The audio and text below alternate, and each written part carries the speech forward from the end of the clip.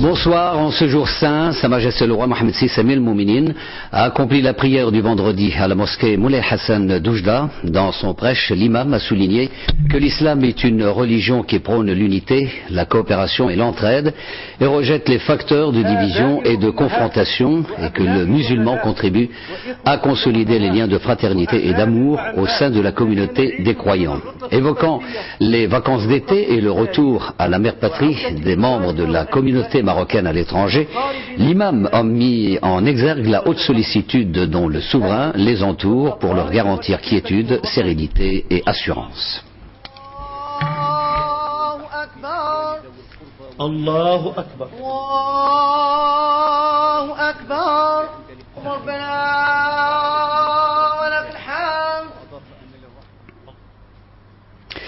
La capitale de l'Oriental, au deuxième jour de la visite bénie de Sa Majesté le roi Mohammed VI, le souverain y a présidé la cérémonie de signature d'un protocole d'accord relatif à la réalisation du projet de la technopole d'Oujda avec des investissements de l'ordre de 1,2 milliard de dirhams. Souad Anachet.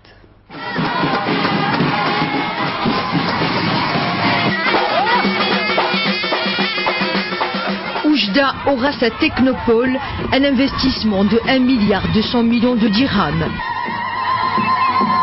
Sa Majesté le roi Mohammed VI s'est enquis de ce méga-projet relevant du pôle Med-Est, déclinaison régionale de la stratégie émergence. La future réalisation s'articule autour d'un parc industriel, d'une zone logistique et d'un espace dédié aux activités tertiaires. Un campus du savoir est également prévu, l'objectif étant de renforcer le potentiel de formation et de recherche dans plusieurs domaines. Opérationnelle fin 2010, la future technopole permettra de créer 25 000 emplois directs. Ce projet structurant s'insère dans le cadre de la stratégie régionale pour le développement de l'Oriental. Ces activités seront boostées par les énormes potentialités dont regorge la région. Le parc industriel, il sera dédié aux industries non polluantes, en particulier celles liées aux énergies renouvelables. Ce projet est très important parce qu'il va permettre de catalyser l'émergence d'un tissu industriel local pour accompagner les programmes de l'ONE.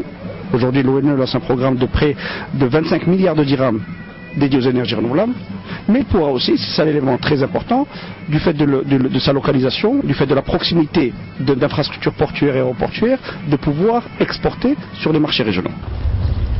La technopole d'Oujda sera implantée à proximité de l'aéroport Oujda-Ngad, à 12 km de la ville. Ce projet est également à proximité de l'aéroport et l'aéroport va jouer un rôle extrêmement important dans la promotion d'une part et dans la facilitation de l'ensemble de ces activités qui joueront un rôle important dans le démarrage de l'activité économique au niveau de l'Oriental. Le souverain a présidé la cérémonie de signature d'un protocole d'accord relatif à la réalisation du projet de la technopole d'Oujda. L'accord vise à définir les modalités d'établissement du schéma directeur global de la technopole, de développement du pôle d'activité, et ce à travers la réalisation d'études et d'identification et de mobilisation de l'assiette foncière nécessaire.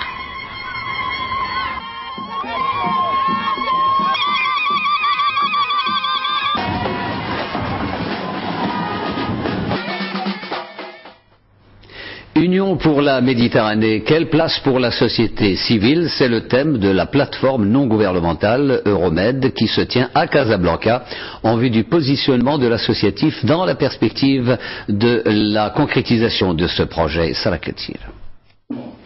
Créée en 2004 au Luxembourg, la plateforme non gouvernementale Euromed se réunit à Casablanca afin d'évaluer le niveau de contribution de la société civile dans l'espace euro-méditerranéen et dans le projet de l'Union pour la Méditerranée, et ce, à quelques jours du sommet des chefs d'État et de gouvernement pour l'Union. Plus la mobilisation sera forte, plus les demandes seront exprimées de façon claire et substantielle, plus les chefs d'État et de gouvernement devront en tenir compte, parce que la Méditerranée, l'Union pour la Méditerranée, c'est l'union des peuples. avant tout. Jusqu'à présent, dans les écrits qu'on a vus, il n'y a rien sur la société civile. En fait, le processus de Barcelone a continué, et là, il y a pas mal d'éléments sur la société civile, mais l'ajout de l'Union ne comporte pas un élément sur la société civile, ce qui évidemment est une déception pour nous. La société civile, qui représente une conscience collective et une force de proposition, réclame son droit d'œuvrer de façon positive dans le processus de Barcelone. Donc je crois que la société civile ne manquera pas de marquer le point et de plaider pour ses valeurs, ses principes, et d'essayer aussi de rapprocher les peuples et de défendre surtout les valeurs de démocratie, de citoyenneté, de paix, de tolérance, d'ouverture et de compréhension. La réunion de la plateforme non gouvernementale, qui rassemble les grandes ONG méditerranéennes, va adopter une déclaration finale et des recommandations afin de donner à la société civile sa place véritable pour un partenariat véritable et équitable entre les parties. Les images de sa liberté retrouvées sur tous les écrans du monde depuis près de 48 heures. Ingrid Betancourt, l'ex-otage de la guérilla colombienne des FARC, a tenu à se rendre très vite en France pour exprimer sa gratitude à tous ceux qui ont maintenu l'extraordinaire mobilisation qui n'était pas sans effet sur son sort et son heureux dénouement. Il a été reçu par le président Nicolas Sarkozy et son épouse, extrait de l'une de ses nombreuses déclarations à Paris au cours desquelles elle est revenue notamment sur l'opération ayant permis sa libération.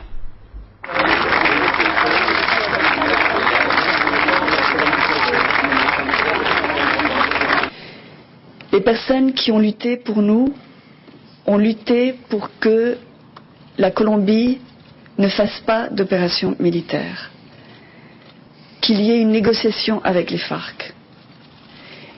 La France a tout fait pour cette négociation. Le gouvernement colombien a mis au point une stratégie différente qui était le fruit de la réflexion commune entre Français et Colombiens. Les zones de turbulence s'éloignent un peu plus des relations entre la Chine et Taïwan avec le premier vol direct. Depuis 1949, à partir de Canton, au sud du continent chinois, ce vol inaugural, transportant une centaine de touristes, symbolise le récent dégel entre les deux parties. Plus de 700 Chinois devaient rallier Taipei depuis Pékin, éloignant ainsi avec les nombreux autres vols attendus les nuages laissés par la guerre civile qui avait donc pris fin en 1949. Un jeudi soir meurtrier sur nos routes au lendemain du double accident qui a fait 4 morts dans la province de Stade. Nous en parlions hier. 2 autres personnes ont été tuées toujours dans la même province suite à une collision frontale entre un camion et une voiture 4x4. Et l'hémorragie a continué sur la route d'El Jadida où 3 personnes d'une même famille ont été tuées. Autres blessés lorsqu'un poids lourd a percuté une voiture légère qui transportait 5 personnes et dans laquelle ont péri les parents et leur petite fille. Une nouvelle fois, hélas, de douloureuses et tristes circonstances pour rappeler à tous la prudence, la vigilance et le respect absolu des règles de la circulation. Justice, la chambre pénale près le tribunal de première instance de Rabat a entamé l'examen de l'affaire de Hassan Rachidi, directeur du bureau de la chaîne Al Jazeera à Rabat, et Brahim Smaili, le responsable de la section de Sidi Ifni du Centre marocain des droits de l'homme, poursuivi pour délit de diffusion d'une fausse information et complicité, conformément à l'article 42 du Code de la presse. La chaîne Al Jazeera avait, rappelons-le, diffusé une fausse information faisant état de mort dans les incidents de Sidi Ifni, en dépit du démenti adressé par les autorités marocaines avant la diffusion de cette information. Cette fin de semaine a un parfum de vacances. La course aux plages, commençait déjà avec les premières grandes chaleurs, connaîtra sûrement ce week-end une participation massive avec la recherche du plus beau sable et des meilleures vagues. Seulement voilà, si l'on se réjouit de l'effort entrepris pour des plages propres, il est des sites souffrant encore de la pollution. L'exemple avec ce reportage au chevet de la plage de Safi, Abdelghani Tahraoui et Nissine Hamdaoui. La plage de Safi présente des problèmes de pollution. À l'origine de cette situation, la proximité de la ville des rejets d'eau usée municipale et industrielle. Un programme de dépollution de cette plage est mis sur les rails afin de préserver l'écosystème de cette ville. Ce programme, dont le coût s'élève à 250 millions de dirhams, financé par la BI à hauteur de 50%, vise la protection de la mer par la suppression des 7 rejets qui se font à la mer, et ce en construisant une station au sud de Safi. Et pour mener à bien cette opération, experts et acteurs publics et privés sont réunis pour déterminer le rôle de chaque intervenant. Rien ne doit être laissé au hasard. Le projet d'assainissement de la ville de Safi est soumis à une étude d'impact sur l'environnement avant le lancement des travaux, des grands ouvrages. C'est pourquoi donc la RADES organise cette journée pour se concerter avec l'ensemble des intervenants sur les propositions et les résultats de l'étude présentée par un expert dans le domaine. La dépollution du littoral est susceptible de dynamiser l'activité touristique à Safi. Le projet est capable de transformer ici le tourisme de passage en tourisme de séjour. La femme célébrée, fêtée et honorée en musique à Tétouan, qui accueille le premier festival Voix de femmes, reflet de la dynamique de développement, de réforme et de promotion de la situation de la femme. Cette manifestation offrira au public une série de concerts avec des stars d'exception, bien sûr, mais parallèlement en périphérie diverses expressions artistiques. Selma Alami.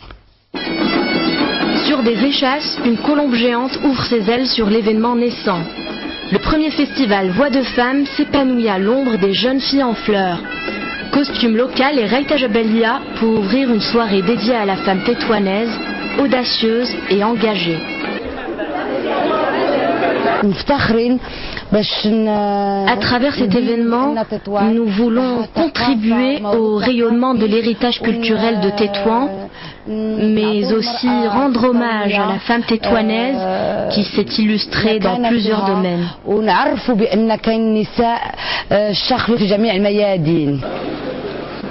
L'âme de la Médina, c'est justement la passion de ces femmes. Le festival a couronné 5 d'entre elles.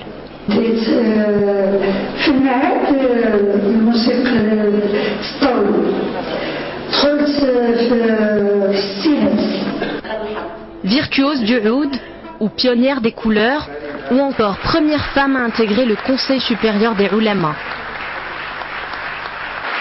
Je veux renouveler l'appui, le soutien chaleureux, déterminé de la francophonie tout entière, du mouvement francophone au combat des femmes marocaines qui ont déjà obtenu beaucoup de succès sur la voie de leur émancipation, de leur promotion. Autre symbole, le festival a ressuscité sur les planches une figure d'exception, Assayid al-Shorra.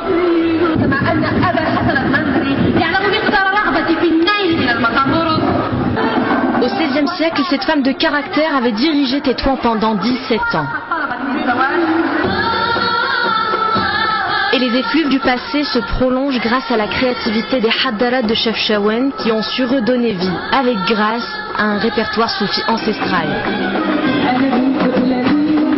Sur cette même scène, après Asma al-Menouar hier soir, place ce soir à la diva marocaine Samira Ben Saïd, puis demain en clôture, la colombe libanaise Majid al-Roumi. Cinéma pour les cinéphiles, c'est vraiment un miracle. La quasi-totalité des scènes manquantes du film mythique Métropolis de Fritz Lang ont été retrouvées par le musée du cinéma de Buenos Aires. Ces scènes d'environ 25 minutes en 16 mm étaient conservées par un particulier. Métropolis, film muet, considéré comme l'un des chefs-d'œuvre du 7e art, avait été présenté à Berlin en 1927 et avait disparu depuis. Largement coupé par la Paramount, le dessin a voulu qu'il soit aujourd'hui entièrement ressuscité, malgré les dégradations subies par la pellicule. À voir actuellement à la salle Mohamed El-Fassi du ministère de la Culture une exposition signée d'un nom lié à l'histoire du Maroc. Le peintre Emmanuel Barra est le fils de Robert Barra qui s'était distingué par son soutien à la lutte du Maroc pour son indépendance. Un amour et une passion pour le Maroc cultivé de père en fils et exprimé par l'artiste à sa manière. Dominique Orlando est allé à sa rencontre.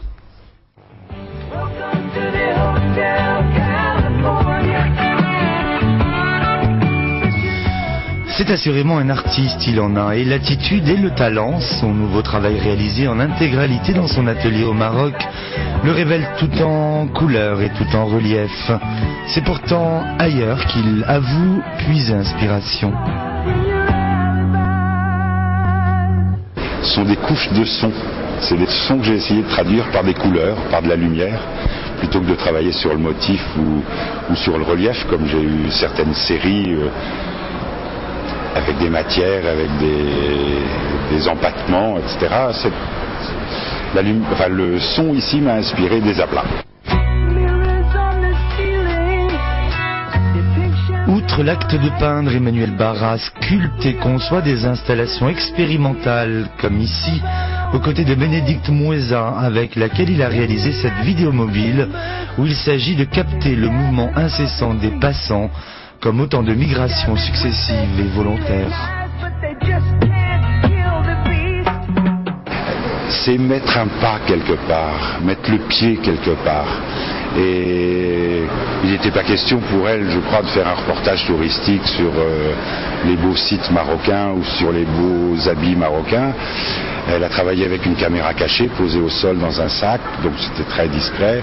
Et en prenant le thé à la terrasse des cafés, on filmait des heures et des heures et des heures et des heures où on se promenant dans la Médina. Voilà. Et elle a fait un montage avec un ordinateur de ces heures d'enregistrement. Au Maroc se sent-il bien, nous dit-il. Cela pourra se vérifier à travers cette exposition, la galerie Al-Fassi de Rabat. Emmanuel Barra est par ailleurs un expert lorsqu'il s'agit de faire partager ses passions qui sont multiples. C'est la fin de ce journal. Merci pour votre fidélité à Al-Oula. Dans un instant, la quotidienne de Lalla Larossa. Passez une excellente soirée. À demain. D'ici là, portez-vous bien.